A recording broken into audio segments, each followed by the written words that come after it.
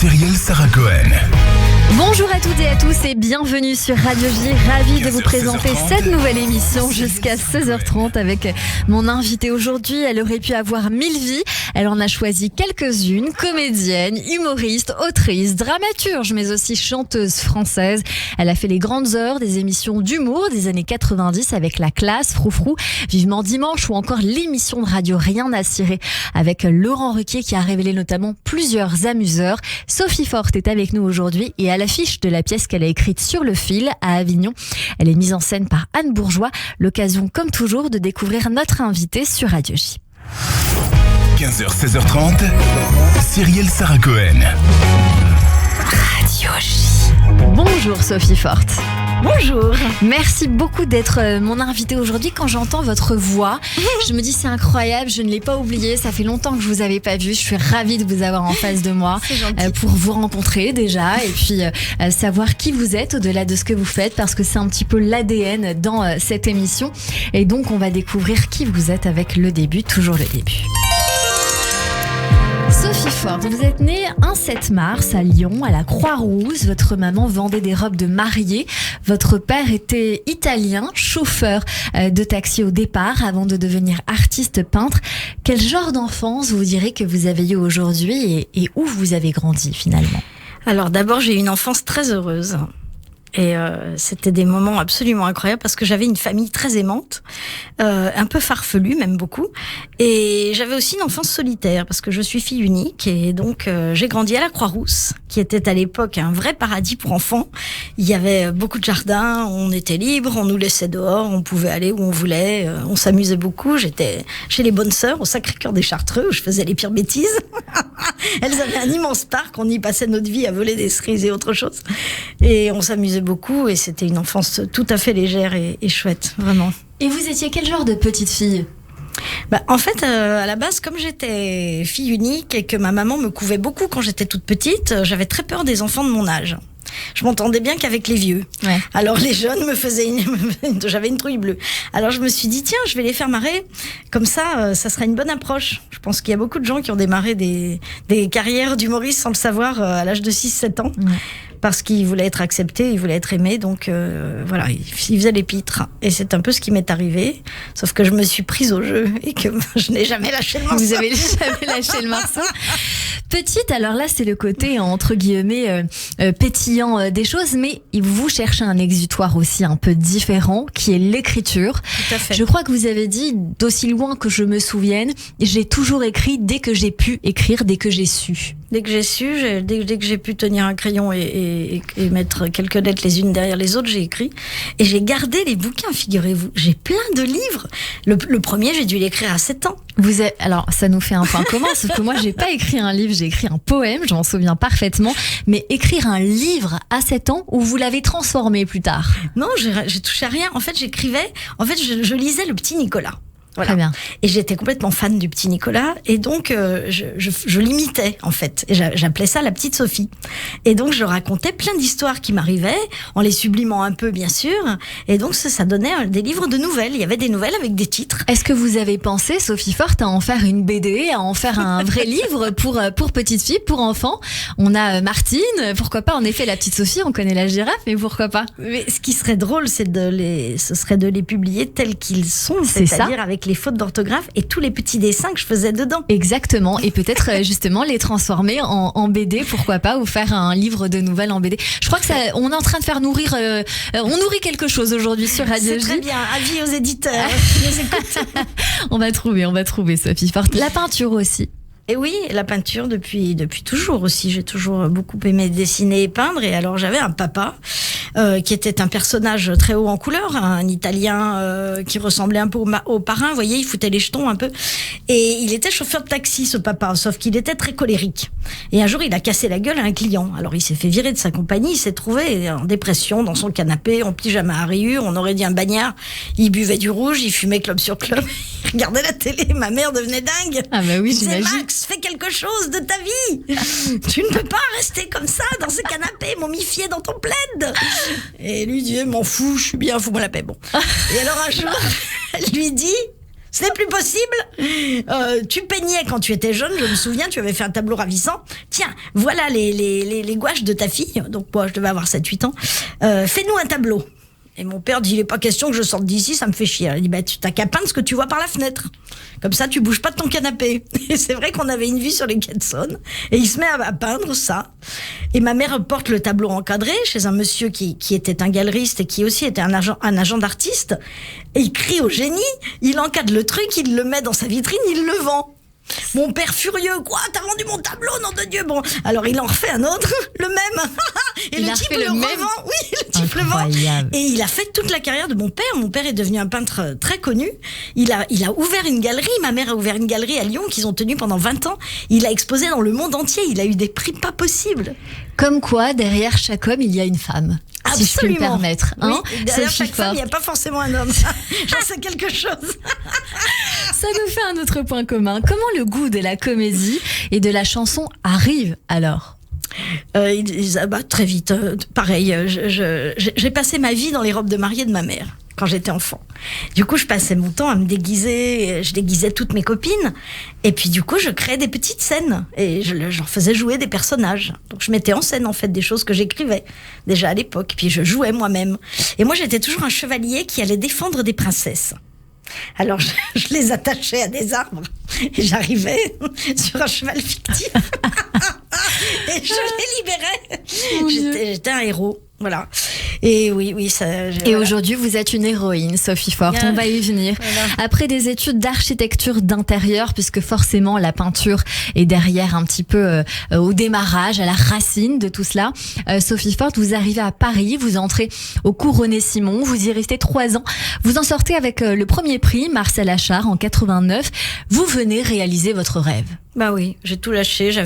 J'étais dans les rails. J'avais un petit copain depuis des années. J'avais mes parents bienveillants. J'avais un boulot d'architecte d'intérieur. Tout allait bien. Sauf qu'un jour, je me suis dit, bon, alors attends, réfléchis bien. Tu as donc 24 ans et tu es en train de te tromper de vie, en fait. Voilà. Donc, il est temps de redresser la barre et de réaliser ton rêve. Et puis, si ça se casse la figure, ma foi, tant pis, tu reviendras. Bon, exactement. On peut toujours, dans ces cas-là, rentrer à la maison chez ses parents. Oui. En parallèle, vous allez suivre, en parallèle du théâtre, suivre des cours de chant au Petit Conservatoire de Mireille. Et je sais que ça a nourri énormément de souvenirs chez vous. C'est elle qui vous apprend à chanter. C'est Mireille qui vous donne la possibilité de vous produire dans des cabarets de Montmartre. Oui. Et vous êtes très marqué par ce personnage, plutôt cette personne, haute en couleurs. Ah oui, elle était pas facile, Mireille. Elle avait vraiment ses têtes. C'est vrai que j'ai eu de la chance parce qu'elle m'aimait bien, mais elle était pas tendre. Et au moins, elle disait les choses de façon très cash. Et puis un jour, elle m'a dit, tu es prête, ma petite ? Et tu pourrais être ma fille ? Je répondais, non, moi je suis pas aussi méchante. Je faisais des parodies de ses chansons, ça la faisait marrer. Alors je me suis retrouvée comme ça, j'ai démarré dans les cabarets, mais comme à la grande époque des Brassens et autres. Évidemment. Ils faisaient des cabarets de toute la nuit, on en faisait 4-5 dans la nuit. Et vous chantiez des artistes que vous aimiez, comme Bobby Lapointe et d'autres bien sûr. Mais je vais quand même m'arrêter là quelques secondes. Vous étiez en train de dire il y a 3 secondes que vous chantiez Mireille. Oui. Est-ce que vous vous en souvenez ? Je chantais des parodies, oui. Je faisais des parodies de ses chansons. J'en ai d'ailleurs faites pour Laurent Ruquier quand je me suis retrouvée à rien à cirer. Et puis, je chantais du Boris Vian, je chantais Gainsbourg, que j'adorais. Vous nous feriez un petit bout, là, comme ça ? Je vous prends à chaud ou à froid, je ne sais pas. Sophie Forte, est-ce qu'il y a un souvenir qui vous revient d'instinct et que vous aimeriez... De Mireille ? Ouais. Voilà. Qu'est-ce que je... Attendez, oh là là, mais c'est que je suis vieille maintenant, j'ai plus de mémoire. Qu'est-ce que c'était ? Il y avait une parodie horrible que non mais j'ose pas le faire. Non, je vais chanter la vraie chanson. Allez, chanter la vraie chanson. En fait, ce petit chemin qui sent la noisette, ça s'était transformé en une petite balade dans le bois de Boulogne. Ça pourrait être très drôle quand même, Sophie Forte. Mais on est sur Radio G. Je voudrais pas qu'on se fasse virer toutes les deux après cette émission. Je crois qu'il faut pas. Ce petit chemin qui sent la braguette. Enfin bref. Ok, on a les prémices. Vous êtes donc, merci beaucoup. on vient de le dire, Sophie Forte, vous êtes donc chanteuse au départ avant de vous tourner vers le One Woman Show au Jazz Club, le Sunset, qui existe encore aujourd'hui. Puis dans des cafés-théâtres comme le Point Virgule où vous allez finir par jouer votre premier spectacle. D'accord, mais c'est pas le pire. C'est un mélange de sketch et de chansons acides. Avant de vous représenter au Lucernaire avec votre spectacle Tout est perdu, vont suivre en toute modestie au Théâtre Grévin où vous avez beaucoup de souvenirs aussi. Sophie bien accompagnée, encore à Paris et en tournée. Quels souvenirs vous gardez d'une part de ces années de One Woman Show, de représentation en solo et de vos débuts? En fait, c'est un petit peu par hasard que ça m'est arrivé. Un jour, quelqu'un est venu me proposer de faire partie d'un festival à Trouville, un festival qui s'appelait le Festival du Nouveau Rire de Trouville, qui n'existe plus malheureusement. Et parce qu'il m'avait vu chanter au cabaret, il m'a dit mais pour ça, faut écrire des sketchs. Et moi, j'en avais jamais écrit, donc je lui ai dit je sais pas trop. Il dit si, il faudrait une demi-heure de sketch. Alors je l'ai fait, j'ai écrit une demi-heure de sketch et je me suis présentée au Casino de Trouville. Ça foutait grave les jetons. Et j'ai joué ma petite demi-heure de sketch. Et ça s'est très bien passé, j'ai eu un prix, je crois que j'ai eu la mouette de je sais pas quoi, enfin bref.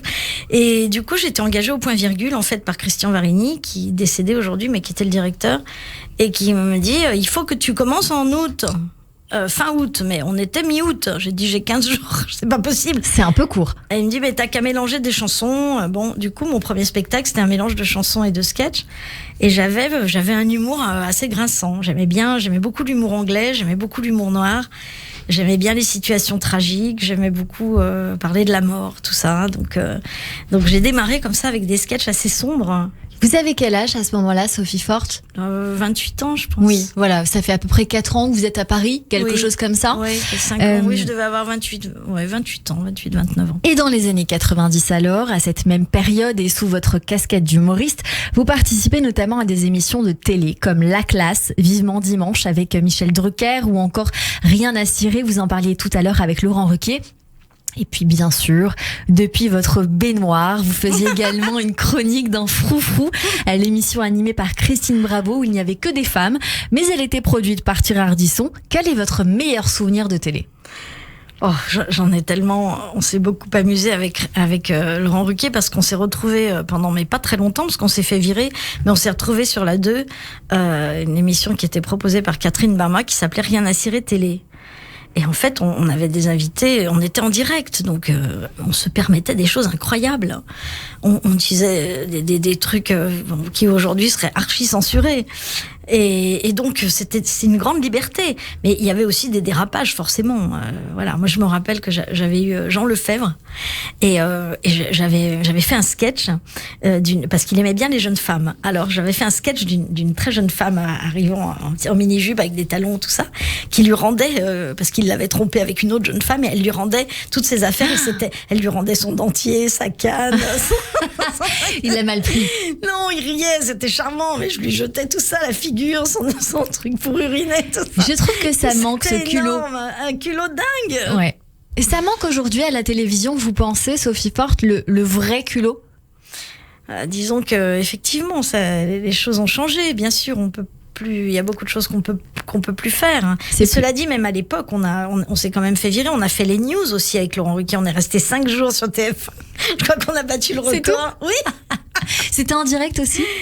C'était en direct aussi et on s'est aussi fait virer. Mais il n'y a pas mieux que le direct, on est d'accord, Sophie Forte. Mais on adore ça, le direct. On est en direct aujourd'hui, on ne peut pas dire le contraire. C'est génial. Un extrait que vous devriez reconnaître. Bon, là, je me suis un petit peu énervée. C'est exactement ce qu'il ne faut pas faire. Tout est bien, tout est calme, on s'accepte. En tout cas, ça vous a un petit peu... Alors, j'en profite pour vous lire un extrait du Rouge et du Noir. C'est un passage entre Julien, le héros, et Madame de Rênal. Julien la couvrait de baisers. Viendras-tu me... Vous en foutez de ce que je vous dis ? Attendez, c'est parce que j'ai pas encore traduit. Julien la couvrait de baisers. Viendras-tu me voir tous les jours ? Le mien Jules roulait des palons avec une langue saccone.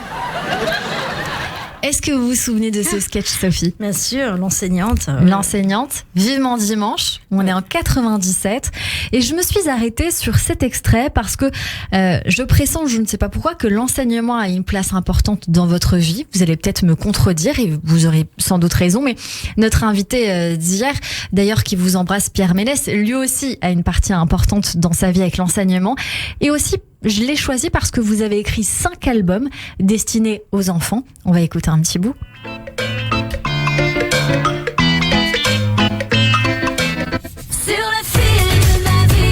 C'était pas tout à fait celui-là, mais c'est pas grave. On l'entendait. Ça, c'était pas moi. On entendait, mais c'était la rampe de tout à l'heure. Mais voilà, on va peut-être le réécouter, cet extrait auquel je tiens dans cette émission. Et c'est le numéro 2. Qui arrive peut-être dans un instant. J'ai envie de vous faire chanter, Sophie, là. Maman dit qu'il ne faut pas arracher les ailes des mouches. Maman dit qu'il ne faut pas mettre le chat sous la douche. C'est une chanson donc, et puis c'est plutôt la première d'un album qui s'appelle Maman dit qu'il ne faut pas. On est en 2005, 2009 je suis vert, 2010 l'album Chou-fleur, puis suivront Un petit poisson et Je déménage.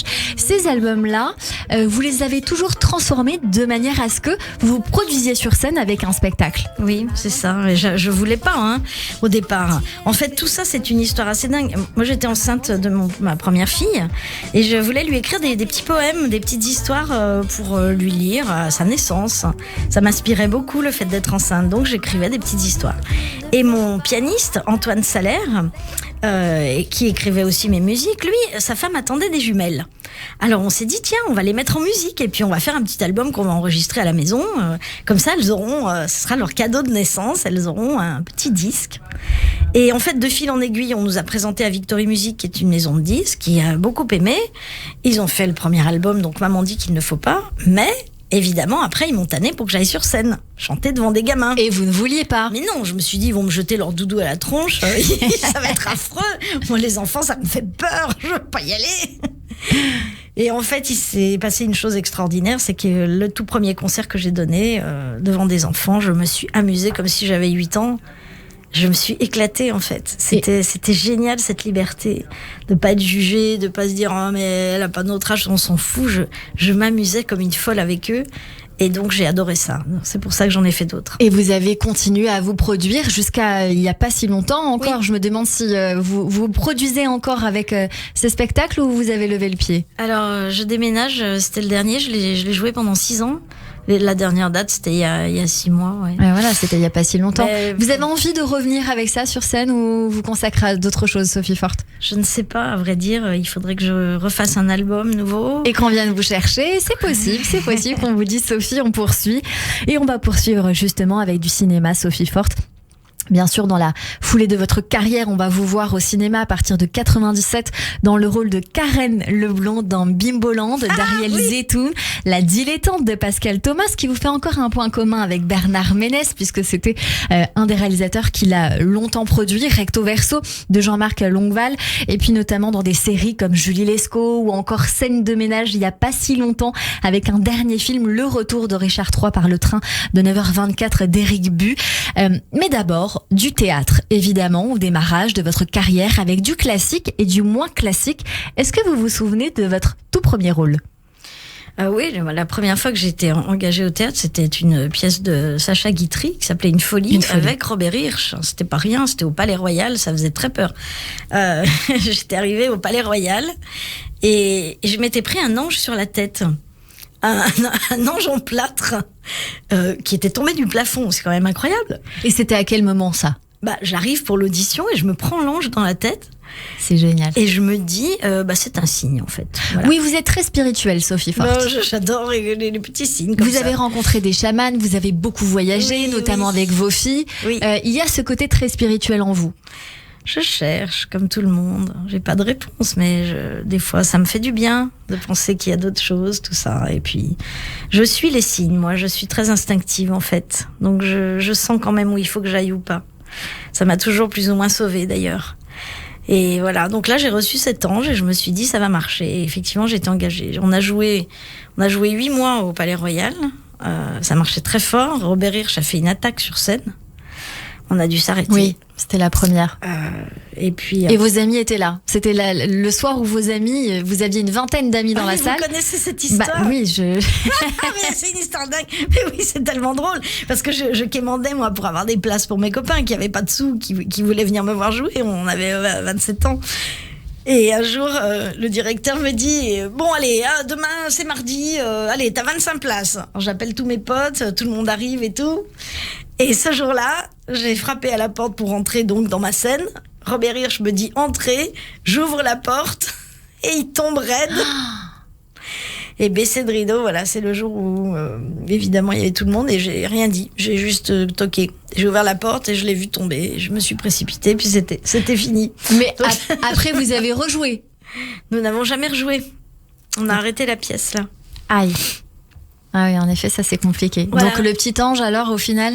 Non, mais le petit ange, merci, le petit ange, parce que c'était une expérience géniale. J'ai adoré. C'était Jackie Chantillon qui mettait en scène. J'étais avec Michel Larocque. Et puis Robert Hirsch, ce merveilleux monsieur que j'ai beaucoup aimé. Dans la foulée, La Dame de chez Maxime, Max, la véritable histoire de mon père, à Avignon, qui s'est poursuivie avec une tournée des spectacles en chanson. Vous avez monté Le Dalai et moi.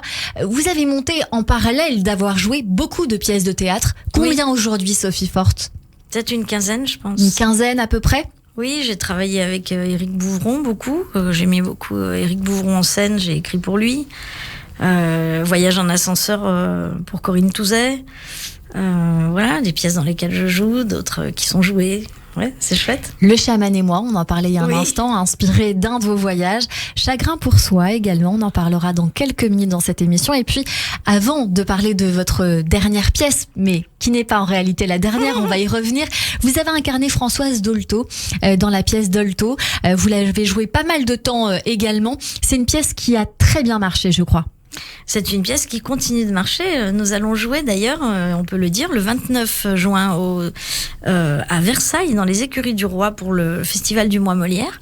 Donc le 29 juin. Et ensuite, nous retournons au Festival d'Avignon pour la 3e fois, à 10h au Théâtre Actuel, avec Dolto. Ouais.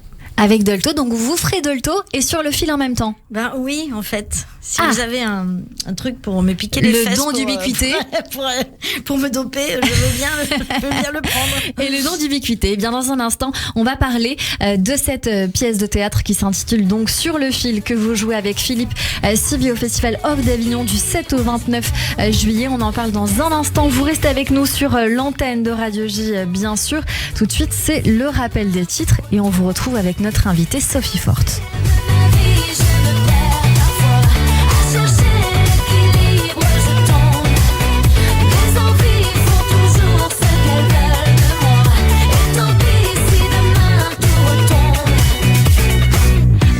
Sur un fil,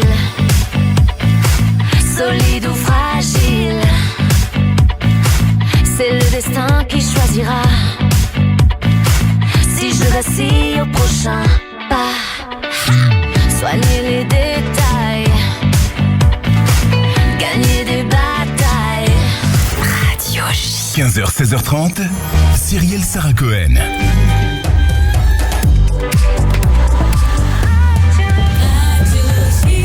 15h30 sur Radio J, bonjour et bienvenue si vous venez de nous rejoindre tout de suite. Le rappel des titres avec Alexandra Sénico.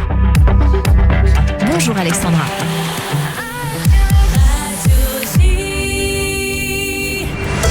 Bonjour, à la une de l'actualité en Israël, le président Yitzhak Herzog demande à Mahmoud Abbas de renforcer la lutte contre le terrorisme. Les deux hommes se sont parlé en début d'après-midi lors d'un appel du président israélien pour lui présenter ses vœux à l'occasion de la fête de l'Aïd. Le président a notamment affirmé à Mahmoud Abbas qu'il condamnait fermement les violences perpétrées par des extrémistes juifs à l'encontre des civils palestiniens en Judée-Samarie.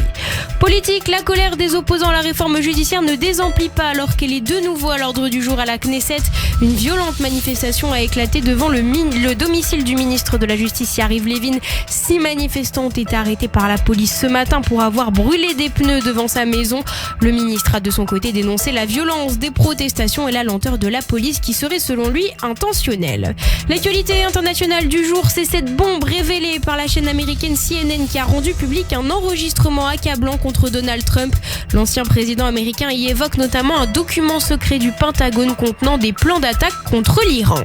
L'actualité en France, le président Emmanuel Macron poursuit sa visite à Marseille avec l'éducation au menu de cette journée. L'éducation était un objectif du plan Marseille en grand dont le président vient présenter l'acte 2. Emmanuel Macron qui a appelé ce midi à repenser le temps scolaire et la durée des vacances d'été. Merci beaucoup Alexandra Sénigo. On vous retrouve à 16h pour le journal complet. Tout de suite une très courte pause. C'est la suite de notre émission avec Sophie Forte et mes chroniqueurs qui nous rejoignent sur Radio J. Radio J. Radio J. Bonjour, Le 6-9, Léa Moscona. retrouvez-moi tous les matins avec mes chroniqueurs et mes invités de 6h à 10h au menu politique, culture, société, santé, judaïsme et histoire. On est dans l'air du temps tous les matins de 6h à 10h.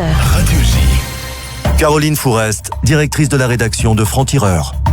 Franc-Tireur, c'est un journal de combat, contre les excès, contre les extrêmes. Parce que l'époque est aux radicalités, à la polarisation, à la manipulation, nous, on a eu envie de se battre pour la nuance. Franc-Tireur défendra la raison avec passion. Franc-Tireur, tous les mercredis chez votre marchand de journaux. Radio J. Radio J. Radio J. Radio J. 15h, 16h30. Cyrielle Sarah Cohen. De retour sur l'antenne de Radio J. Merci de passer notre après-midi avec nous et Sophie Forte, évidemment. Bien évidemment, dans mon émission. Elle est en spectacle, je le disais tout à l'heure, à Avignon, au Off d'Avignon. Vous jouez avec Philippe Sivy au Festival Off d'Avignon du 7 au 29 juillet au Théâtre du Roi René, du mardi au dimanche à 14h15 pour la pièce Sur le fil, mise en scène Anne Bourgeois. Mais d'abord, j'ai envie, avant que l'on détaille cette pièce évidemment, que l'on s'arrête ensemble sur le titre Sophie Forte, Sur le fil, qui peut s'entendre de plusieurs manières. Et je voulais savoir si c'était volontaire d'avoir choisi ce mot qui veut dire plusieurs choses en même temps, et c'est à vous de me dire lesquelles. Bien sûr, mais c'est-à-dire que c'est la relation qui est sur le fil. Elle est sur le fil parce que on ne sait pas vraiment de quel côté elle va basculer. Voilà, c'est toute l'intrigue de la pièce est là. Et aussi sur le fil parce qu'il s'agit d'une histoire téléphonique en fait. Alors je sais qu'on dit plus tellement aujourd'hui un coup de fil puisqu'il n'y a plus de fil. C'est vrai. Enfin bon, on le dit encore. Cela dit, on le dit encore. Mais oui, voilà, on a pensé à changer le titre parce que je vous raconterai peut-être la petite anecdote plus tard, mais c'est une pièce qui a existé il y a une vingtaine d'années déjà, qui avait déjà ce titre, et que nous avons eu à cœur de remonter avec la même équipe. Donc voilà, Anne Bourgeois à la mise en scène, Philippe Sivy, comédien, et moi-même. Et c'est Thibaut Houdinière qui est notre producteur, qui aimait beaucoup cette pièce et qui m'a dit un jour on devrait la remonter. Sauf qu'en la relisant, bon déjà on avait pris 20 ans dans les dents, donc on n'était pas tout à fait les mêmes personnages.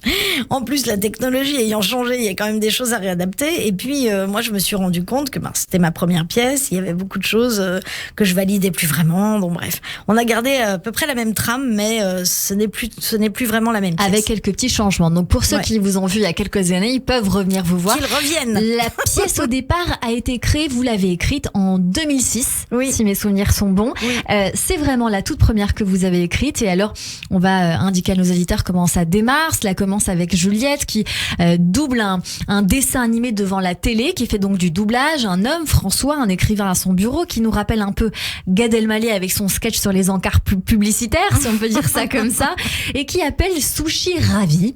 Et donc, la suite, c'est vous qui nous la racontez, Sophie Forte, parce que je veux pas spolier toute l'histoire. Non, mais la suite, c'est que c'est une erreur téléphonique, en fait. Il atterrit chez elle et elle s'amuse et elle le drague un peu. Et en fait, elle lui fait croire qu'elle est beaucoup plus jeune qu'elle n'est.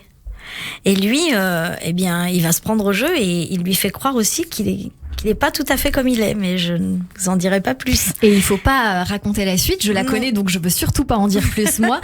Qu'est-ce qui vous a inspiré pour écrire cette pièce au départ en 2006, Sophie Forte? Aujourd'hui, vous l'avez réadaptée, mais est-ce que, puisqu'il y a cette phrase qui est la suivante, qui est dite dans le communiqué de presse, c'est « Mais la réalité a-t-elle sa place dans ce monde aseptisé où l'on peut se rêver tel que l'on n'est pas? Combien de temps peut-on aimer quelqu'un qui ne s'incarne pas ou qui n'a pas de prix sur votre image? Vont-ils enfin se voir? voir, se toucher, pour suivre la rencontre dans le monde réel. Est-ce que c'est aussi un clin d'œil aux amoureux virtuels, de plus en plus fréquents, qui se matérialisent ou se défont dans la vraie vie ? Mais c'est amusant parce que ça l'est devenu en fait. Mais quand j'ai écrit cette pièce, ce n'était pas du tout le cas à l'époque. On n'allait pas comme aujourd'hui sur les réseaux pour rencontrer des gens. Donc c'est vrai que c'était un peu précurseur quelque part. Mais ce qui est amusant, c'est que moi je voulais surtout parler du handicap qu'on se met soi-même, des handicaps qu'on se crée, parce qu'on n'ose pas se montrer tel qu'on est. On veut toujours essayer de s'améliorer, de montrer à l'autre les bons côtés, tout ça. Et forcément, c'est très compliqué dans une relation. Alors après, on finit par se connaître mieux, mais au début, on veut pas révéler qui on est réellement. Et puis, on se met des barrières, alors que parfois les choses sont beaucoup plus simples qu'on ne le croit. Et c'était de ça dont je voulais parler dans la pièce. C'était tous les blocages en fait qu'on avait pour aller de l'avant dans une relation. Sophie Forte, est-ce qu'indirectement, on est sur le fil de votre vie ? Ah oui, mais de toute façon, on écrit que ce qu'on connaît bien. Hein. Enfin, moi, je me vois pas écrire des choses, par exemple, sur la politique ou quoi. Je n'y connais rien. Ce qui m'intéresse, c'est d'aller un peu creuser qui je suis pour pouvoir intéresser les autres. On a beaucoup de points communs, les êtres humains, donc évidemment. Forcément, moi, je parle de ce que je connais le mieux, et des sentiments, et des sensations, et de l'intuition, et de l'amour, et de ce qu'on a à partager, de ce qu'on retient, et ce qu'on n'ose pas faire, et c'est tout ça, tous ces blocages dont j'avais envie de parler. En 2017, vous aviez fait la pièce de théâtre Chagrin pour soi avec Virginie Lemoine. Je crois que vous l'aviez coécrite ensemble. On l'a reçue il n'y a pas si longtemps. Oui. Et donc, vous jouiez avec William Mesguich, il me semble, et Chavdar Panchev, si c'est comme ça que ça se prononce. Oui. Vous transformiez la tristesse d'un chagrin d'amour avec une œuvre, ce qui s'entend parfaitement. Et alors, c'est l'occasion de vous demander, qu'y a-t-il de vous dans cette pièce sur le fil ? Oh, mais il y a de moi dans les deux personnages, en fait. Je crois que, d'ailleurs, quand on écrit, il y a un peu de soi dans tous les personnages. Et pareil dans Chagrin pour soi. Bon, Chagrin pour soi, c'est un fait, c'est une pièce qui m'a beaucoup aidé à surmonter un chagrin personnel. Parce que le seul moyen que j'avais trouvé justement pour me sortir du marasme dans lequel j'étais, c'était l'écriture, comme toujours. Ça m'a toujours sauvée. Et là, pour le coup, je me suis dit bon, je vais partager ce chagrin. Et en fait, ça a touché beaucoup de gens parce que d'un coup, ça se matérialisait. D'ailleurs, le chagrin était lui-même incarné par un homme qui était Chavdar Panchev, qui jouait un magnifique chagrin, très classe, très beau, qui arrivait chez cette pauvre Pauline qui venait d'être quittée et qui s'installait chez elle, et même plus que ça, qui lui montait sur le dos et qui l'écrasait totalement. Elle avait beaucoup de mal à marcher, elle rampait lamentablement avec cet homme sur son dos. Et symboliquement, tout ça, ça touchait beaucoup les gens parce que tout le monde est passé par là, au moins une fois dans sa vie, malheureusement. Et donc, voilà, ça faisait vraiment écho à des choses que les gens avaient vécues. Et moi-même, ça m'aidait à surmonter mon chagrin. Alors, c'était chouette, c'était très positif, en fait. Les gens s'amusaient beaucoup, en même temps, ils étaient touchés. Et il y a beaucoup de gens qui venaient me parler après en disant « Mais moi aussi !» Alors ils me racontaient leurs histoires. J'ai la même histoire, j'ai connu la même chose. C'était sympa, vraiment. Pour cette pièce sur le fil remise au goût du jour, évidemment, on ne sait pas ce qui va se passer. On ne va pas dire la suite, Sophie Forte. On va la garder secrète, à savoir s'ils vont se rencontrer, pas se rencontrer. Une chose est sûre, Juliette et François vont se rencontrer au Festival Off d'Avignon. Donc sur le fil du 7 au 29 juillet, c'est au Théâtre du Roi René, du mardi au dimanche à 14h15. Vous serez sur scène aux côtés de Philippe Siby. Vous avez hâte, j'imagine. Ah, j'ai tout à fait hâte. J'ai tout à fait hâte parce qu'on l'a joué 2 fois déjà et on s'est beaucoup amusé. C'est une vraie comédie romantique, en fait. Je pense que c'est vraiment inscrit dans la lignée des comédies romantiques. Ça parle d'amour. Et les gens rient, mais ils sont aussi émus. C'est ça que j'adore faire, moi. C'est justement pouvoir émouvoir et faire rire en même temps. C'est ça la scène pour moi. Justement, quand je faisais du comique, j'étais un peu frustrée parce que c'était le gag à tout prix et moi j'avais envie d'aller ailleurs quand même. Donc au bout d'un moment, il a fallu que j'abandonne ça pour pouvoir prendre d'autres sentiers. C'est beaucoup plus intéressant de provoquer des émotions et de faire rire au détour d'un pleur ou de faire pleurer au détour d'un rire. C'est ça qui m'intéresse. Et développer davantage votre palette de couleurs. Oui, voilà, c'est ça, oui. Des chances de voir cette pièce à Paris à la rentrée ? J'espère. Mystère et boule de gomme, on verra bien. On va passer la suite de cette émission, Sophie Forte, où on découvre toute la culture du moment ou d'avant selon vos goûts, pour découvrir des choses que vous affectionnez, qui vous ressemblent ou qui pourraient vous plaire. et mes acclamations, mon enthousiasme. Viva notre bienfaiteur. Olé, olé, olé. Et tout de suite, Christophe Barbier nous emmène au théâtre pour découvrir Eurydice de Jean Anouilh. Pour ceux qui ne connaissent pas, dites-nous tout, Christophe. Les pièces de Jean Anouilh sont classées selon une typologie célèbre. Les pièces roses, les pièces noires, les pièces brillantes, etc. Rarement montée, Eurydice est présentée jusqu'au 15 juillet au Théâtre de Poche, à Montparnasse, dans une mise en scène d'Emmanuel Gaury qui aurait ravi l'auteur, tant son esprit et son esthétique sont fidèles à la vision de Jean Anouilh. Même les visages des comédiens semblent avoir été dessinés par Jean-Denis Malclès, décorateur historique d'Anouilh, ou bien par Pennet, célèbre pour ses portraits d'amoureux. Mais Eurydice, c'est un cas particulier. La pièce est classée parmi les pièces noires, car elle se termine mal, très mal, par la mort des deux héros. Une version aussi sombre que la mythologie grecque. Et pourtant, Eurydice, version Anouilh, porte un discours amoureux qui relève du rose bonbon le plus classique.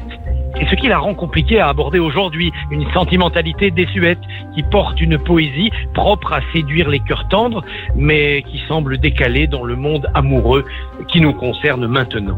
Il faut écouter ce message où l'on cherche le don et l'éternité dans l'amour, mais il faut comprendre aussi pourquoi les jeunes gens, et surtout les jeunes filles, se sont arrachés depuis au moins 50 ans à ce modèle. Dans la version d'Anouilh, vision contemporaine, Orphée est un violoniste ambulant qui joue et fait la manche avec son père sur les terrasses.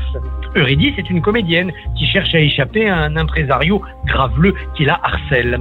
Tout commence entre Orphée et Eurydice par un coup de foudre et par une fugue dans la pauvreté mais dans le bonheur.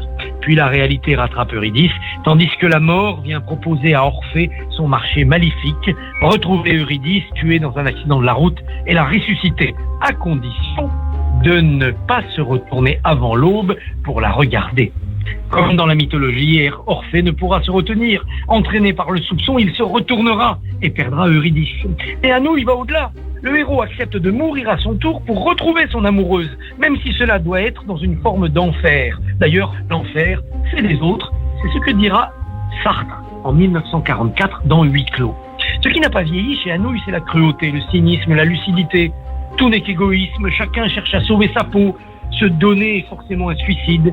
C'est alors qu'on se souvient que la pièce a été créée le 18 décembre 1942 au Théâtre de l'Atelier, en 42, au cœur de la nuit la plus sombre de l'histoire française. Mais quelques mois plus tard, Anouilh va créer Antigone, figure de la résistance, celle qui dit non. Antigone comme un antidote à Eurydice. Chez Antigone, pas de foi en l'amour, pas de romantisme, pas de poésie, le combat, le refus. Laquelle des deux a raison? Eurydice, qui cherche le bonheur dans la pureté, ou bien Antigone, qui cherche la pureté dans l'engagement? Les deux, sous la plume de Jean Anouilh, marchent vers la mort. Et merci beaucoup Christophe Barbier. Une réaction peut-être, Sophie? Non, très très jolie chronique, très joliment dit. Ouais. Une autre chronique joliment dit, c'est la chronique émotion de Jérôme Goulon. Encore un point commun avec ces joliment dit. Radio J, l'émotion de Jérôme Goulon. Bonjour Jérôme, vous m'avez regardé en faisant des gros yeux, donc je me suis dit qu'il fallait que je le dise, vous l'avez pensé trop fort. Je l'ai pensé si fort que ça, oui. Bon, bonjour Cyrielle, bonjour Sophie. Bonjour. En fait, on chambre un petit peu Cyrielle en coulisses parce qu'elle dit très souvent, de fois, c'est joliment dit, et là, vous l'avez devancé en utilisant cette expression. Voilà, c'est la petite parenthèse. C'est pour ça que je vous ai regardé avec des gros yeux, parce que d'habitude, c'est Cyrielle qui dit ça.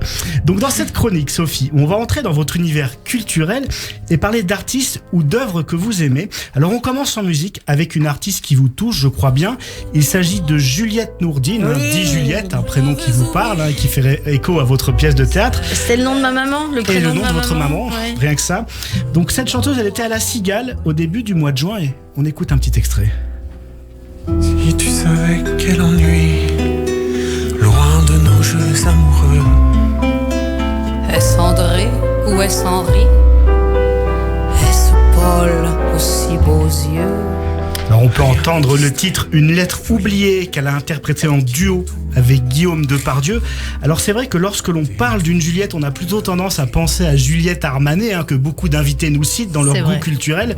Et pour ceux qui ne connaissent pas Juliette Nourdine ou Juliette, c'est donc une chanteuse française de 60 ans, d'origine kabyle, qui a été bercée dans la musique dès sa plus tendre enfance. Sa grand-mère, une institutrice, l'a poussée très tôt à se mettre au piano, tandis que son père, membre de l'orchestre du Capitole à Toulouse, l'a initié lui aussi très jeune à la musique. Alors dès la fin de son adolescence, Juliette Nourdine se produit dans des bars et restaurants toulousains, ça a lui changé un petit peu de l'école religieuse dans laquelle elle avait été éduquée. Et donc, dès ces bars, elle interprétait du Jacques Brel ou du Edith Piaf, deux artistes dont elle s'inspire énormément dans ses chansons. Il n'y avait qu'à écouter ce titre, on reconnaît un petit peu la patte Piaf et Brel. Et puis la reconnaissance arrive en 1994, après avoir écumé différents festivals. Juliette est nommée une première fois aux Victoires de la musique avant de remporter le prix de la révélation de l'année en 97. Elle obtiendra d'ailleurs un nouveau prix en 2006, celui d'interprète féminine.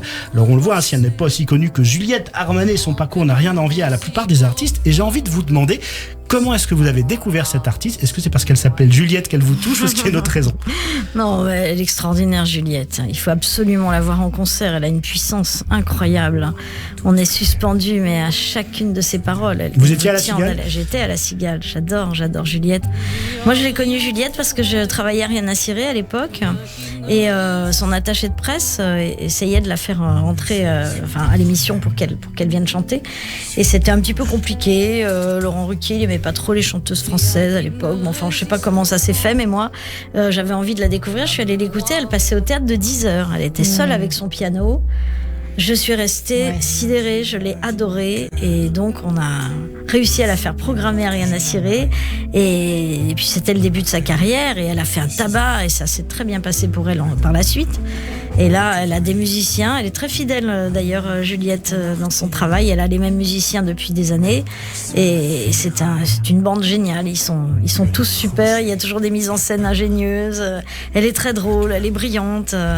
Elle est captivante. Enfin, voilà. Vous êtes sa meilleure attachée de presse. En tout cas, ça donne vraiment envie d'aller l'écouter. Je l'adore. Elle a une voix incroyable. Elle chante trop bien. Et ses textes sont passionnants. Enfin, vraiment, voilà, j'aime beaucoup cette femme. Elle le sait d'ailleurs. Et ce sera l'invité de Frédéric Zetoun ce dimanche ou dimanche dernier sur Radio J. Si je dis pas de bêtises, je viens de l'apprendre. Autre artiste qui vous touche, Sophie Forte, c'est Cathy Melua. Oui, alors Cathy Melua, une chanteuse britannique d'origine géorgienne.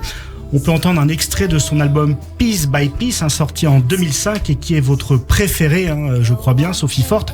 Alors comme je le disais, Cathy Melua, elle a aujourd'hui la nationalité britannique, mais elle a grandi en Géorgie les premières années de sa vie, durant les 9 premières années de sa vie. Des années pas forcément faciles, puisqu'on rappelle que dans les années 80, les conditions de vie de la population géorgienne se sont très rapidement dégradées avec la chute du bloc soviétique. Mais c'est finalement cette situation difficile, paradoxalement, qui va permettre à Cathy Melua de percer dans la musique. Je m'explique, nous sommes en 93. Ses parents migrent à Belfast avant de s'installer à Londres pour fuir la misère. Et passionnée par la musique et n'ayant rien à perdre, vu d'où elle vient, Cathy Melua s'inscrit à 15 ans dans un concours de talent sur la chaîne britannique ITV et elle gagne ce concours. Remarquée par des producteurs, elle débute sa carrière un petit peu plus tard, en 2003, alors qu'elle a 19 ans.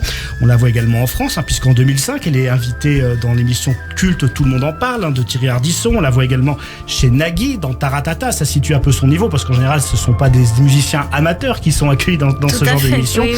Et puis, anecdote assez incroyable, je ne sais pas si vous la connaissez, Cathy Melua est dans le Guinness Book des records. Est-ce que vous savez pourquoi ? Non, pas du tout, non. Eh bien, en 2006, elle a en effet donné le concert le plus profond sous le niveau de la mer. Alors, c'était à moins 303 mètres sur une plateforme pétrolière de la mer du Nord, et cette prestation lui vaut d'être dans le Guinness Book des records. Alors, c'est pas aussi profond que le Titanic, mais c'est moins risqué. Ah oui, il faut pas trop y aller près du Titanic là. Et ben bravo, parce que moi ça je ne le savais pas du tout pour Cathy Melua. Donc on a appris vraiment une grande information. Alors elle n'était pas sous l'eau, mais c'est une plateforme pétrolière qui est à moins 303 mètres en dessous du niveau de la mer. Et aucun chanteur ne s'était jamais produit officiellement pour un concert. Donc elle est dans le Guinness Book du record depuis 2006. Suite à cette performance, voilà. On va poursuivre avec de la littérature et un livre que vous connaissez bien, Sophie Forte. Oui, alors d'habitude dans cette chronique on parle des livres que lisent nos invités, mais là on va faire une petite petite exception et on va évoquer un livre que vous avez écrit, en l'occurrence La Valise, un ouvrage publié en 2021, un roman familial, tendre et émouvant, marqué par le sceau de la nostalgie. Sophie, la narratrice, ça me fait penser à quelqu'un d'ailleurs, découvre une valise au fond de son grenier qui contient des photos de famille en vrac. Et oui, à une certaine époque, les iPhones n'existaient pas et on conservait toutes nos photos dans des valises ou dans des cartons, dans des caves, dans des box. Et ces photos, elles font l'effet d'une Madeleine de Proust pour Sophie, puisqu'en regardant ces images du passé, elle se remémore ses souvenirs d'enfance et déroule le fil de sa vie. Je ne vous apprends rien. Alors au fil des pages, on peut renifler le parfum du temps qui passe inexorablement. Alors La Valise, un livre extrêmement touchant dont chacun peut s'approprier un petit peu l'histoire finalement. Alors Sophie, s'il y a une photo que vous deviez choisir, une photo qui vous a particulièrement marqué, si dans cette valise vous ne deviez en garder qu'une, ce serait laquelle ? Eh bien, je garderai celle que j'ai mise en couverture, qui est une photo de moi à l'âge de 3 ans, entourée par tous les adultes qui étaient près de moi à l'époque. Il y a mes parents, il y a mon oncle et ma tante, il y a mes grands-parents, parce que je suis arrivée dans une famille où il n'y avait pas d'enfants. Et donc tous ces gens-là étaient en admiration devant la petite fille que j'étais. Et je voulais aussi leur rendre hommage en écrivant ce livre parce que c'était des gens vraiment hyper touchants et c'était des gens qui étaient très simples en fait, qui avaient des vies très simples, mais ils avaient quelque chose d'extraordinaire parce que c'était ma famille. Mais justement, ce sont ces gens dont on ne parle jamais, dont je voulais parler en fait. Et aussi parce que j'ai 2 filles et qu'elles savent rien de tous ces gens. Et au départ, j'ai commencé à écrire parce que je voulais leur transmettre des histoires que j'avais vécues avec eux. Et de fil en aiguille, je me suis rendu compte que j'écrivais un véritable bouquin. Mais au départ, j'écrivais pour chaque photo, je racontais à mes filles qui étaient ces gens, comment je les avais connus, comment ils avaient fini, ce qui s'était passé dans leur vie. Vous parlez de votre maman aussi, je crois de la maladie d'Alzheimer notamment. Bien sûr, je raconte la maladie de maman qui a duré des années, c'était pas facile. Ce sont des petits hommages, quoi. C'est-à-dire que je crois que ces gens me manquent beaucoup, en fait. Et grâce à la valise, ils sont pas tout à fait morts, vous voyez. Vous les faites revivre. Oui, vous les faites revivre. Oui. Un autre livre également, Tonnerre sous les tropiques, sorti en avril dernier. Panique sous les tropiques. Panique. Ah, Tonnerre. Je sais pas pourquoi je parle de Tonnerre. Panique sous les tropiques. Et puis on termine notre voyage dans votre univers culturel avec du cinéma et un film que vous avez vu récemment et qui vous a beaucoup plu, Sophie Forte. Oui, il s'agit de Un homme idéal, un film magnifique, sorti en 2014 avec Pierre Ninet dans le rôle principal. Vous l'aviez jamais vu ? C'est une perle. L'acteur, donc pour ceux qui n'ont pas vu ce film, donc l'acteur incarne Mathieu, 25 ans, qui rêve de devenir un auteur reconnu. Et alors que sa carrière ne décolle pas, il tombe un jour par hasard sur le manuscrit d'un vieil homme qu'il s'approprie en signant le texte de son nom. Le succès est immédiatement au rendez-vous. Oui, mais voilà, alors qu'il est incapable de produire un deuxième roman aussi bon, et pour cause, il entre alors dans une spirale mensongère et criminelle pour préserver son secret. Alors le mensonge, quelque chose qui peut servir à court terme, mais dont il faut se préparer un jour à payer la facture. Comme le dit un proverbe africain, et c'est par là que je terminerai, le mensonge donne des fleurs, mais pas des fruits. À méditer. Merci beaucoup. C'est joliment dit. C'est joliment dit. Ah, ça va rester longtemps. Merci beaucoup, Jérôme Goulon. Allez, tout de suite, le coup de fourchette de Jordi qui vous croque sur Radio J. C'est très fin, ça se mange sans fin. Radio J. Radio J, le coup de fourchette. Bonjour Jordi. Bonjour Cyrielle, bonjour Sophie Forte. Bonjour Jordi. Sophie Forte, j'adore ce nom, c'est impactant, ça annonce la couleur. C'est le vrai. Oh, ouais. C'est ça, ça annonce la couleur. Moi mon nom c'est Journaux, ça annonce les faits divers, c'est pas foufou, voilà. Mais on m'a dit que Forte c'était d'origine italienne. Forte. C'est ça, Forte. Sofia Forte. C'est là, ça se dit en italien, ça se dit Forte. On dirait la cuisson des pâtes. Al dente? Non, al forte, s'il te plaît. Al forte. Et là j'ai ma transition parce qu'on est dans le coup de fourchette. On va parler justement de votre plat préféré et surtout de la recette préférée, c'est les pâtes, tout simplement. La pasta. Voilà, les pâtes. Pasta de la mia mamma. Mais exactement, mais c'est la folie. J'adore aussi les pâtes. Je crois que c'est mon truc préféré. Vraiment, c'est ce que j'aime. Mais vu que vous aimez les pâtes et moi aussi, si ça vous dit, on se fait un petit plateau repas spaghetti pesto sauce tomate, on s'en fout, ok. Devant un homme idéal, ok. J'ai l'impression qu'on a les mêmes recommandations Netflix. Pierre Ninet, je t'aime. Moi aussi, Pierre. I love you. Alors évidemment, on aime les pâtes ici, mais j'ai l'impression qu'en France, on abuse un petit peu des pâtes. Voilà, j'ai l'impression que quand on a quelque chose de très très bon, on tire sur la corde jusqu'à ce qu'il n'y a plus de corde. Voilà, parce que récemment, j'ai vu qu'ils ont inventé un bar à coquillettes. Alors, j'aime les pâtes, Très bien. mais 10 € les coquillettes parce qu'il y a du boursin dedans, je peux pas. Il y a des limites. Là-dessus, c'est impossible. Alors, je suis allé un peu me renseigner sur vous. Voilà, qui vous étiez, quel enfant vous étiez. Alors, vous étiez plutôt une solitaire. Oui. Pour vous, vos doudous étaient des êtres vivants que vous mettiez en scène. Alors, je le rappelle à tous les auditeurs qui nous écoutent, la drogue, c'est mal. D'accord ? Oui. On ne fait pas ça. Non, je plaisante, évidemment. Moi aussi, je joue avec mes petits jouets, avec mes petits bonhommes. Et quand j'ai vu Toy Story, j'étais un fou. Après ça, j'étais vraiment un malade. Pendant des semaines, j'attendais que mes jouets s'embrouillent devant moi. Bon, c'était n'importe quoi. Alors, comme vous étiez timide, vous avez développé l'humour, vous aimiez faire rire. C'est fou parce que moi aussi, j'ai développé l'humour pour me faire des amis, voilà, mais au bout d'un moment, à l'adolescence, quand certaines filles me disent on reste amis, j'en ai marre. Au bout de 15 ans, ça y est. Ça c'est le problème des rigolos, c'est qu'on reste dans la friend zone. Voilà. On a du mal à passer le cap. Voilà, Sophie, on se comprend, voilà.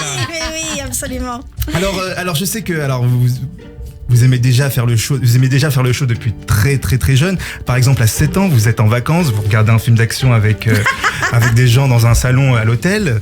La télé tombe en panne et vous, qu'est-ce que vous faites ? Vous mettez devant et vous continuez le film. Voilà, vous faites le show. Bah oui. Vous continuez le film. J'ai fait la même chose. Voilà, j'ai fait la même chose devant une télé éteinte. J'ai continué le film. C'était devant 59 degrés, donc j'ai pas eu le même accueil. J'ai pas eu le même accueil, non, vraiment. Alors si vous venez nous voir, c'est entre autres pour Sur le fil et aussi pour votre roman Panique sous les tropiques. Alors j'ai parlé de votre livre à un pote, je lui ai dit que j'ai commencé un livre de SF, il m'a répondu tu lis des livres de science-fiction ? Non, je lis des livres de Sophie Forte, s'il te plaît. Alors l'histoire en 2 mots, c'est Sophie, jolie blondinette de 20 ans. Voilà, merci beaucoup. Je vais rester là-dessus. Non, je déconne bien sûr. Sophie est en vacances. Ça n'a pas changé. Bien sûr. Et il va lui arriver des situations très drôles. Alors après les malheurs de Sophie, retrouvez les galères de Sophie. Voilà, évidemment quelque chose. Je crois que c'est du vécu, c'est ça ? Ah tout à fait, tout est vécu là, tout est vrai. Malheureusement. En tout cas, voilà, tout ça pour dire que je vous dis bravo pour votre grande carrière qui est à l'image de votre nom de famille et je vous souhaite encore beaucoup de succès. Merci Sophie Forte. C'est très gentil. Merci beaucoup Jordi Journo. Merci pour cette chronique. On vous retrouve dans plusieurs comédie clubs parisiens sur votre compte Instagram jordi.journo. Est-ce qu'on se voit jeudi, Jordi ? Je l'annonce en direct, oui, on se voit jeudi. On se voit jeudi pour le bonheur pour la dernière sur l'antenne de Radio J. Exactement. Merci beaucoup. Et puis on va se faire plaisir, on va écouter un peu de musique. Juliette Nourdine, évidemment. Une lettre oubliée. Vous pouvez réécouter l'émission d'ailleurs avec Frédéric Zetoun en replay sur radioj.fr. On va écouter un petit peu de musique et puis on se retrouve juste après cette écoute sur l'antenne de Radio J avec le tac au tac, notre coup de cœur du jour et notre experte Nathalie Dodrio. Restez avec nous. Ce sera suivi du journal de l'info sur Radio J. De mes bras, tiens, je l'avais oublié. Cette lettre et qui, ma foi, peut me l'avoir envoyée. Si tu savais quel ennui, loin de nos jeux amoureux. Est-ce André ou est-ce Henri? Est-ce Paul aux si beaux yeux? Rien ne distrait la folie qui m'entoure, mais rien ne peut détourner mon cœur épris. Oh non, ça ne peut être lui.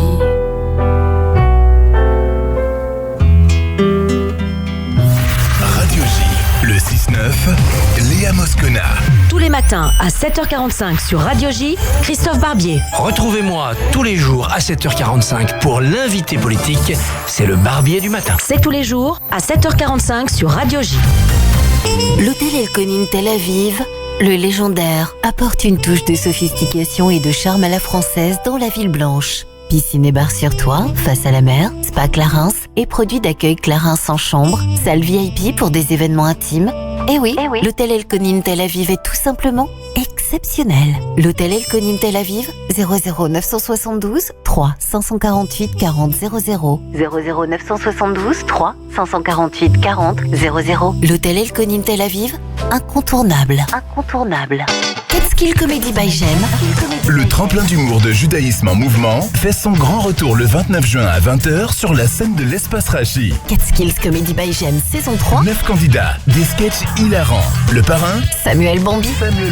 Vous avez envie de passer une belle soirée? Alors, inscrivez-vous vite sur judaïsmeenmouvement.org. Catskills Comedy by Jem saison 3, c'est le 29 juin à 20h à l'Espace Rachi. Renseignements et réservations. judaïsmeenmouvement.org. judaïsmeenmouvement.org.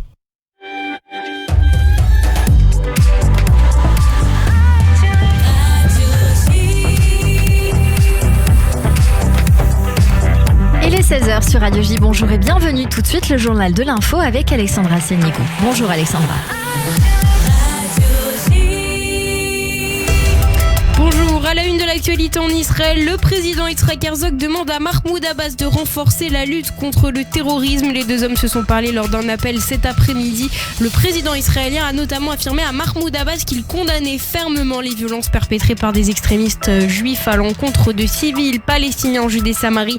Un peu plus tôt aujourd'hui, le ministre de la Défense Yoav Gallant s'est également entretenu avec le ministre des Affaires civiles de l'autorité palestinienne à propos des violences en Judée-Samarie. Politique, la colère des opposants à la réforme judiciaire ne désemplit pas alors qu'elle est de nouveau à l'ordre du jour à la Knesset. Une violente manifestation a éclaté devant le domicile du ministre de la Justice, Yariv Levin. 6 manifestants ont été arrêtés par la police ce matin pour avoir brûlé des pneus devant la maison de Yariv Levin à Modine. Ils auraient également tenté de bloquer la route sur laquelle ils avaient installé des barbelés. Des affrontements ont éclaté alors que certains manifestants tentaient d'empêcher les voitures de police de quitter les lieux. Le ministre Yariv Levin a de son côté dénoncé la violence des protestations et la lenteur de la police qui serait selon lui intentionnelle. Au chapitre sécuritaire, le djihad islamique appelle à intensifier les attaques contre des Israéliens via la Judée-Samarie.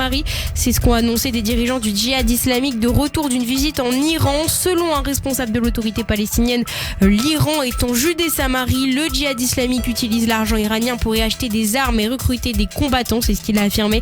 Hier, Tsahal a fait état d'une tentative de lancement de 2 roquettes depuis Jenin en direction d'Israël. Les missiles sont finalement retombés en territoire palestinien.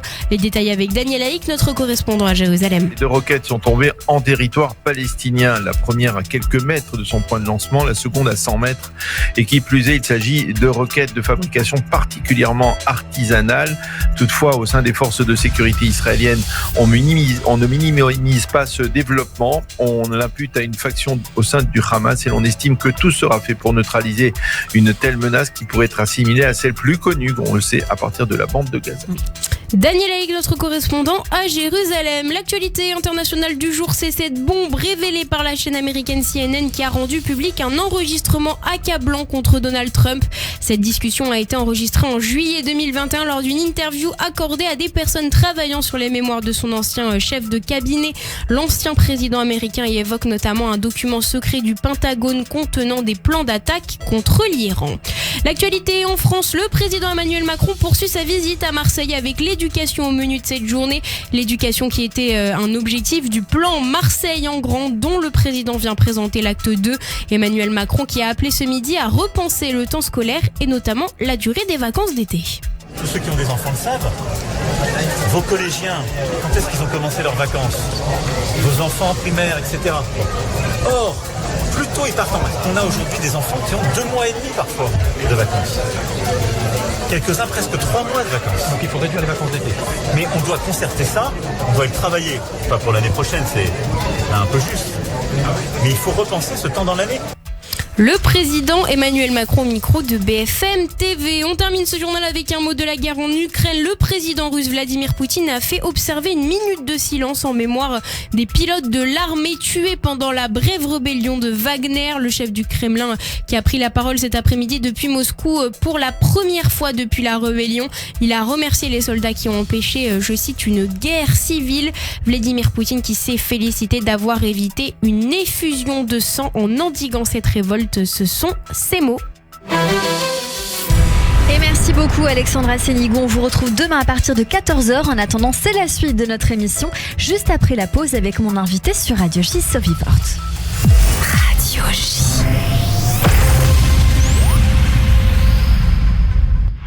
Radio J. J. Réfoy, Serge et Nicolas Rafale. Radio J. Bonjour, c'est Serge. Bonjour, c'est Nicolas. On se retrouve tous les mardis de 21h à 22h sur Radio J. Au programme, médecine, chirurgie, bien-être et santé. Rendez-vous dans Réfoy avec les Rafales père et fils sur Radio J. Radio J. Radio J. Caroline Fourest, directrice de la rédaction de Franc-Tireur. Franc-Tireur, c'est un journal de combat, contre les excès, contre les extrêmes. Parce que l'époque est aux radicalités, à la polarisation, à la manipulation, nous, on a eu envie de se battre pour la nuance. Franc-Tireur défendra la raison avec passion. Franc-Tireur, tous les mercredis chez votre marchand de journaux. Radio J.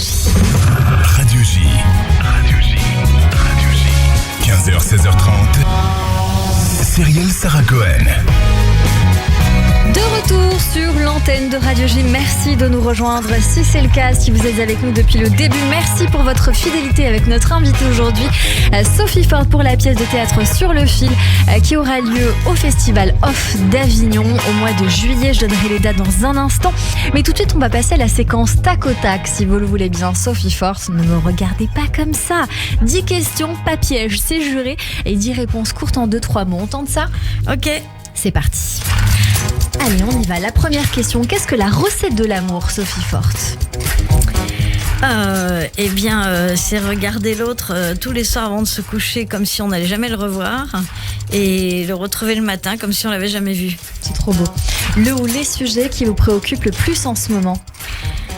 Tout me préoccupe, mais surtout l'état de la planète. Si vous pouviez changer de peau, vous seriez qui ou quoi ? Je serais un homme. Pourquoi ? Parce que j'aurais peut-être moins lutté, j'aurais eu plus de liberté, j'aurais peut-être... je sais pas, c'est compliqué pour les femmes quand même, de partout dans le monde. On a beaucoup de chance d'être en France quand même, mais c'est très très compliqué. Quel est le plus beau compliment qu'on puisse vous faire ? Me dire que je fais du bien aux autres. Qu'est-ce que vous avez fait de plus fou pour quelqu'un ou pour vous-même ? Pour moi, c'est de tout quitter pour venir être comédienne à Paris quand j'avais 24 ans. Pour les autres, c'est de faire des enfants. Je crois que c'est un acte de pure folie. La plus belle c'est qualité. Le plus merveilleux. J'allais vous demander qu'est-ce que la plus belle qualité. Mais je pense que la réponse, elle est là-dedans. C'est le don de soi, au final. Oui, bien sûr. C'est le don de soi. C'est de rendre les autres heureux. Votre grand plaisir dans la vie, Sophie Ford ? J'adore chiner. Chiner, parce que c'est des restes de mon éducation, de mon école d'architecture d'intérieur. J'adore décorer les maisons et casser des murs, tout ça. Alors je fais ça beaucoup pour mes amis et je chine pour eux. Je passe ma vie dans les vides-greniers et dans les brocantes et je restaure, je chine, je traque. C'est la chasse au trésor. C'est ça qui est génial, c'est qu'on sait jamais sur quoi on va tomber. J'adore ça. Une deuxième chose, il en faut 3. On en a une. Deuxième chose, être sur scène peut-être ? Ah oui, bien sûr.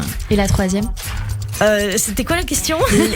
Vos 3 grands plaisirs dans la vie. Ah, mes grands plaisirs, mes enfants, évidemment, les embrasser, mais elles veulent de moins en moins maintenant. Elles sont ados. Ah, bah oui. Ah, mais arrête, non, mais tout le temps en train de nous coller, gna. Alors que moi, tout ce que je veux, c'est leur faire des bisous.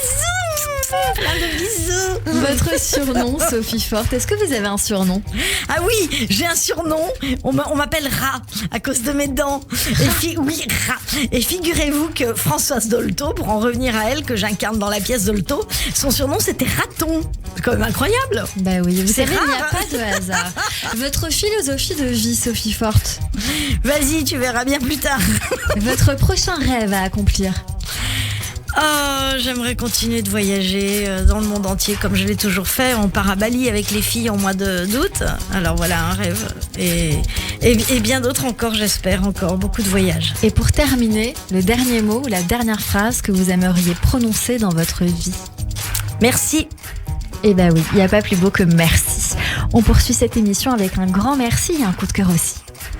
Radio J. 15h, 16h30, Cyrielle Sarah Cohen.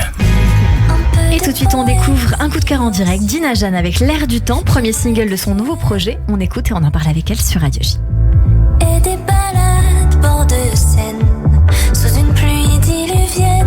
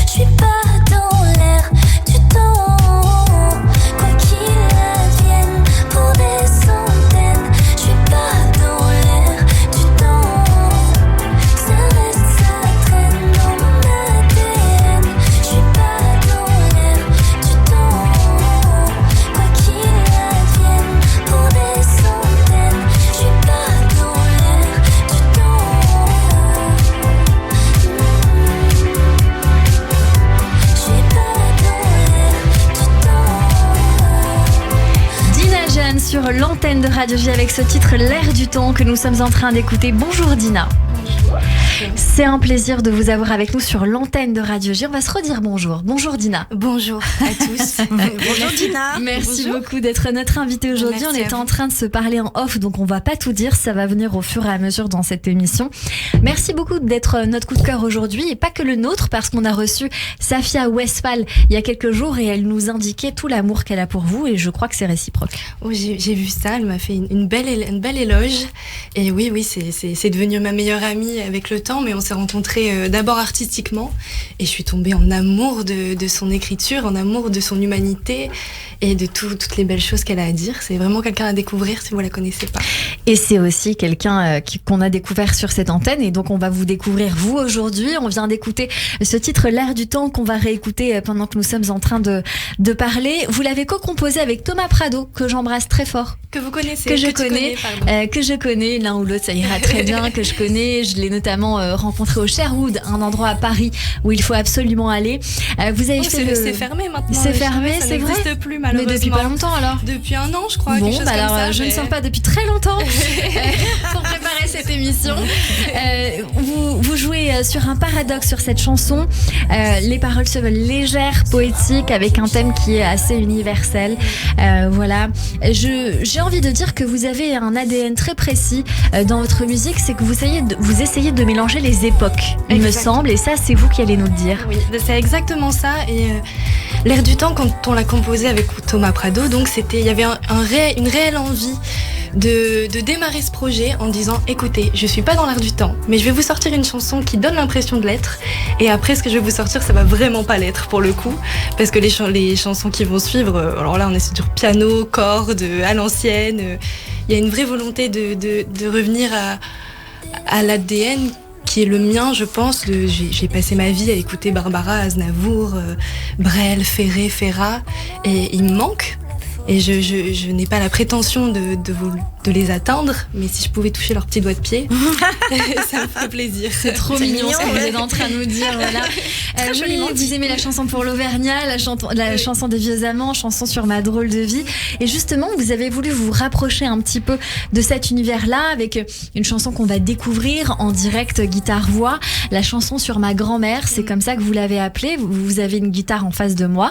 Alors c'est quand vous voulez. Je propose peut-être qu'on rapproche un micro, celui de Nathalie Dedrieux qui est à vos côtés, qu'on va essayer de pencher un tout petit peu, le temps que vous vous mettiez en accord. Voilà. Okay. Une chanson, donc la chanson sur ma grand-mère, écrite par vous et votre grand-mère, Dina Jeanne, justement, où elle raconte une histoire, mais on va le découvrir, on en parle juste après, c'est quand vous voulez. C'est parti.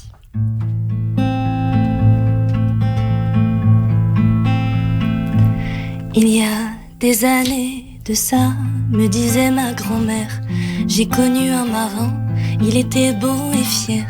Il avait dans les yeux l'océan tout entier. Je nous voulais à deux, lui une autre, la mariée. J'ai pleuré l'Atlantique, la Méditerranée. Sur le port un soir d'août, j'ai failli me jeter. Je l'ai attendu pendant plus de 40. Aujourd'hui encore, son visage me hante. Il ne l'a jamais su, ne le saura jamais. Cet amour pour moi, il valait mieux garder. Ne reste de tout ça que de vieux souvenirs, des leçons sur la vie, celle-ci est à retenir. Les choses se feront comme elles doivent se faire. Oubliez les remords, épargnez les prières, car si par malheur ce récit était différent, vous ne seriez pas là, mes petits enfants. Sur le port à Marseille, il y avait des vieux qui chantaient. Il y avait des gens qui s'aimaient et d'autres en mal d'amour. Sur le port à Marseille, j'ai laissé quelques souvenirs, oublié quelques sourires, mais pas un seul regret. Puis j'ai pris un bateau, un mari et l'amour pour quitter une terre. Je pensais pour toujours, il y a plus souvent étonnée, quelquefois, mais j'en suis sûre aujourd'hui, non, non, je ne regrette pas, alors sachez mes enfants, il y a des amours et des histoires qui vous feront pleurer, rire, parfois ne plus y croire, mais comprenez bien, la vie ce n'est que ça, et vous verrez qu'à mon âge, on ne regrette pas. Il ne l'a jamais su, on ne le saura jamais. Cet amour pour toi, il valait mieux garder. Ne reste de tout ça que de vieux souvenirs, des leçons sur la vie, celle-ci est à retenir. Magnifique. Merci Dina Jeanne, en direct guitare-voix sur l'antenne de Radio J.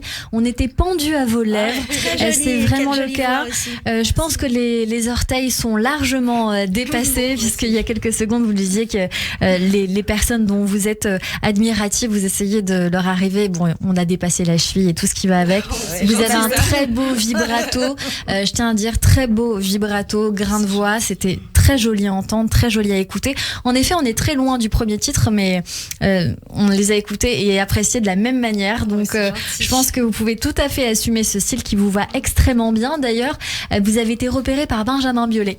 Oui, il y a 2-3 ans maintenant, mais j'ai fait ses premières parties l'année dernière dans le Nord. C'était super. Et donc, j'ai joué ces 2 chansons, là, la chanson L'air du temps et celle-ci.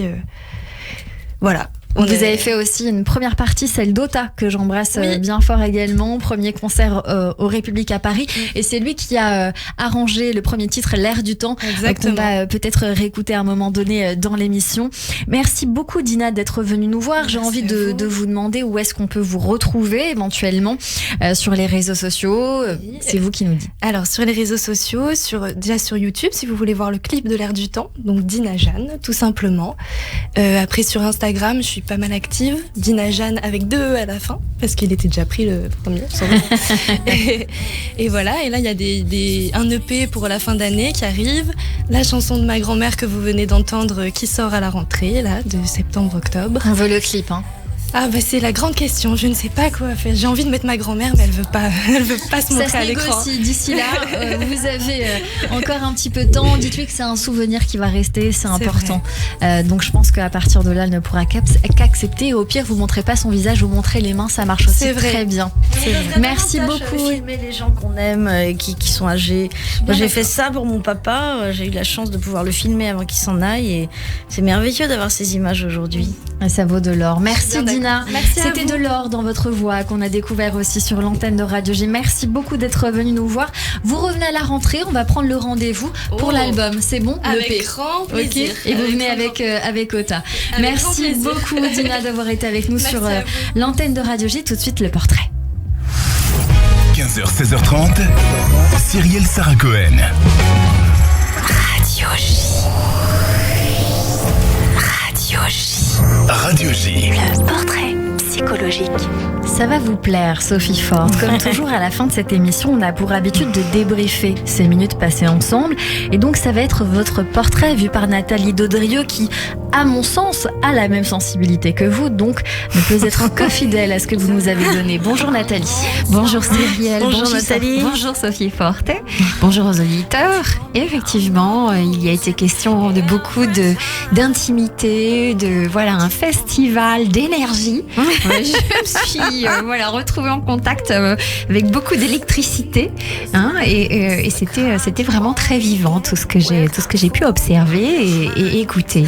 Alors je fais un petit reflet de ce que j'ai moi retenu, de ce qui s'est dégagé, les grands traits que vous avez osé amener ici. Il est aussi question de beaucoup d'audace, c'est sûr, qui parfois est vraiment porteuse. C'est quelque chose qui vous permet d'enclencher beaucoup d'action. Ah oui. Une forme d'insouciance. Quitte à me prendre des murs dans la tête.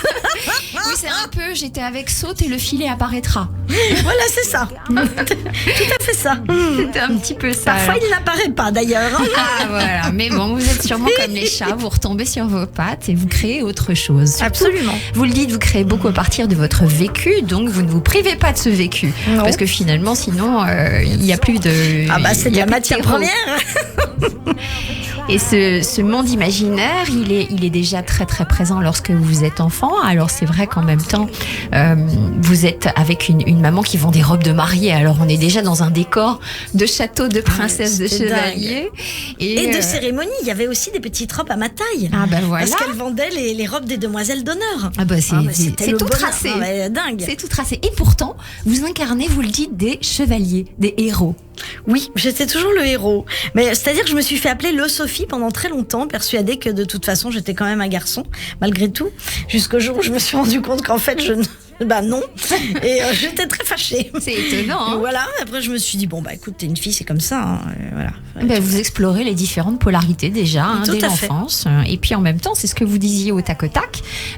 Si vous changiez de peau vous seriez un homme. Voilà. Donc il y a différentes casquettes. Mais c'est aussi un bon mariage des polarités à l'intérieur qui fait qu'on peut être à l'aise avec ce qui nous habite, autant sa féminité que sa polarité masculine. Oui. Et d'ailleurs aujourd'hui on en parle beaucoup plus qu'avant. Mais c'est vrai qu'on permet aux individus d'être plus ce qu'ils sont enfin de moins se cacher en tout cas, d'être ce qu'ils sont quand ils ont envie ou de changer de sexe ou de montrer une certaine féminité alors qu'ils sont masculins ou le contraire et c'est très très bien. Et ouais, une grande liberté. Oui. Ouais, c'est ça aussi, vous vous autorisez beaucoup à vivre sans attendre que ça vienne de l'extérieur, sans attendre l'autorisation que ça vienne de quelqu'un. Donc peut-être ça vient aussi d'un père qui peut-être était autoritaire, figure d'autorité un peu intimidante. Alors il était possible peut-être que ses actions, vos actions soient validées par papa à l'époque. Aujourd'hui, il n'en est plus question. Il y a vraiment une forme de je prends les décisions et je vais vers ma liberté. J'écris mon histoire. Oui, c'est tout à fait ça. J'ai pu ressentir. Mais oui, bien sûr, parce que c'est ce qui devrait guider l'être humain, la liberté. C'est quelque chose qui nous est donné au départ et qui est souvent très entravé. Il faut aller au-delà de ça, surtout quand on est une femme. S'assumer seule. D'ailleurs, Françoise Dolto le disait déjà toute petite, quand elle avait 8 ans, elle disait à sa mère, moi je veux travailler, je veux pas être comme toi, moi je veux être autonome. L'indépendance. Je veux être indépendante, je veux pouvoir choisir ma vie. Parce qu'en plus, en 1910, on était donc voués à épouser l'homme qu'on nous demandait d'épouser, on n'avait rien à dire. Donc elle s'est émancipée comme ça et c'est un magnifique exemple. Oui, vous êtes teintée de ces personnages. De toute façon, il y a vraiment un lien. Vous le disiez, par hasard, on vient me chercher. J'ai fait le Casino de Trouville. Par hasard, les albums que j'ai fait pour enfants, alors que moi j'ai peur des enfants. Finalement, on est sur scène et c'est du succès. Par hasard, oui. D'accord. Et en fait, ça m'a fait penser à quelque chose qui fait que c'est comme si on vous déclenchait des choses qui sont déjà présentes. Ça m'a fait penser à les conditions de la naissance, parfois, sont à l'origine d'un scénario qui se répète toute l'existence. Par exemple, un enfant qui serait né en retard peut raconter une mère qui aura voulu le garder, qui aura voulu être fusionnelle et qui donc serait surprotectrice. Ou, je sais que ça a été ce qui a été amené, mais peut-être aussi, il y a eu des grossesses à l'époque où, dans les années où les échographies existaient pas, on savait pas exactement quelle était la date du terme. Donc on déclenchait la naissance pour faire venir l'enfant un peu plus rapidement. Je ne sais pas si ça vous parle, mais en tout cas, il y a un mouvement rapide qui fait que tout va vite. Votre débit verbal va vite. Les écritures doivent aller très très vite. Dans 15 jours, t'es sur scène. Oui, c'est vrai, ça va très vite. Est-ce que l'urgence, ça vous parle de quelque chose ? Pas de temps à perdre. C'est ça, il n'y a pas de temps à perdre. Non, mais il y a tellement de choses à faire. Il faudrait plein de vies, vous voyez. Alors il faut se dépêcher. On a démarré avec ça. Et il faut se dépêcher de les. Peut-être parce que j'ai failli crever plein de fois. Alors à chaque fois, que je revis, je me dis vite, dépêche-toi, tu ne sais pas ce qui te reste. C'est ça, je parlais de la naissance qui est forcément la frontière avec la mort et voilà, c'est le point A, le point B. Et évidemment, c'est plein de la naissances, notion de remplir le vide. De renaissance, la vie. C'est tout le temps des renaissances parce que forcément, il y a toujours des choses qui font qu'on vit plein de petites morts en fait. C'est ça. Et d'ailleurs, il faut savoir abandonner aussi les schémas qui font qu'on est toujours voué à recommencer les mêmes choses. C'est intéressant de bien se connaître justement pour arrêter ce processus qui fait qu'on reproduit toujours les mêmes erreurs. C'est vachement difficile en fait. Oui, il faut les voir, les conscientiser. Super difficile. Je sens que vous faites bien ce travail de conscience, d'aller chercher à l'intérieur de vous pour plus de mouvement, voilà, et plus de créativité. C'est d'ailleurs un des grands thèmes que j'ai pu sentir qui se dégageait, c'était l'image. Le côté enfermement d'un personnage ou d'une identité qui aurait été créée soit par une famille, soit par une vie professionnelle, le collectif, la société, ou vous-même, parce que vous dites très très jeune, vous utilisez l'humour pour vous faire aimer, notamment des vieilles personnes, donc c'est tout de suite quelque chose qui vous teinte, mais peut-être qu'il est aussi difficile de s'en dégager pour pouvoir aller au-delà des gags. Ça enferme énormément. De toute façon, vous voyez bien que quand on a une étiquette en France, on n'arrive pas à s'en départir. Et particulièrement les femmes. Mais oui, moi je suis la rigolote de service depuis toujours. Je le renie pas du tout. J'adore faire rire. Il y a aucun souci avec ça. Ouais. Mais c'est intéressant aussi d'aller voir au-delà. Bon, voilà, ça c'est toujours le rêve des comiques, de pouvoir jouer des choses dramatiques. Mais c'est vrai, on n'est pas que blanc ou noir. Il y a forcément des choses en demi-teinte qu'il faut explorer. Et je sais pas si c'est très français, mais en tout cas l'étiquette est très forte ici. Quand on est étiqueté quelque chose drôle, pas drôle, dramatique, le jeune premier, le machin, c'est vachement difficile de s'en départir. C'est vrai. Et j'ai l'impression que toute ma vie, moi, j'essaie de justement effacer. Enfin, pas effacer, mais en tout cas aller au-delà de cette image-là. Oui, exactement. Pouvoir habiter d'autres postures, d'autres costumes à enfiler, c'est important. Alors moi, je dirais que le conseil santé aujourd'hui que j'ai pu retenir, c'est prendre et consommer sans modération la recette Sophie pour pouvoir voyager et regarder le monde à travers des yeux d'enfant. Donc, merci beaucoup, Sophie. Ah, mais c'est chouette ça. Mais merci beaucoup. Ça et me touche merci, beaucoup. Nathalie Dedrieux, que l'on retrouve tous les mardis sur Radio J. On se dit à jeudi. Exactement. On se voit jeudi. C'est la fin de cette émission. Merci beaucoup d'avoir été notre invité. Évidemment, j'ai envie de vous dire, on va venir à Avignon si on peut. On vient vous voir. Avec joie. Ce serait chouette de se retrouver là-bas. Merci beaucoup. Avec plaisir, Sophie Forte. Sur le fil, jouer avec Philippe Sivier au Festival Off d'Avignon du 7 au 29 juillet au Théâtre du Roi René, du mardi au dimanche 14h15. Merci pour cet échange. Merci à l'artiste Dina Jeanne d'avoir été mon coup de cœur sur Radio J. Merci à mes réalisateurs aujourd'hui, ceux qui nous ont aidés pour cette émission. Et rendez-vous demain à 15h avec l'ORL Jean Abitbol pour une nouvelle émission. Belle journée à tous. Merci.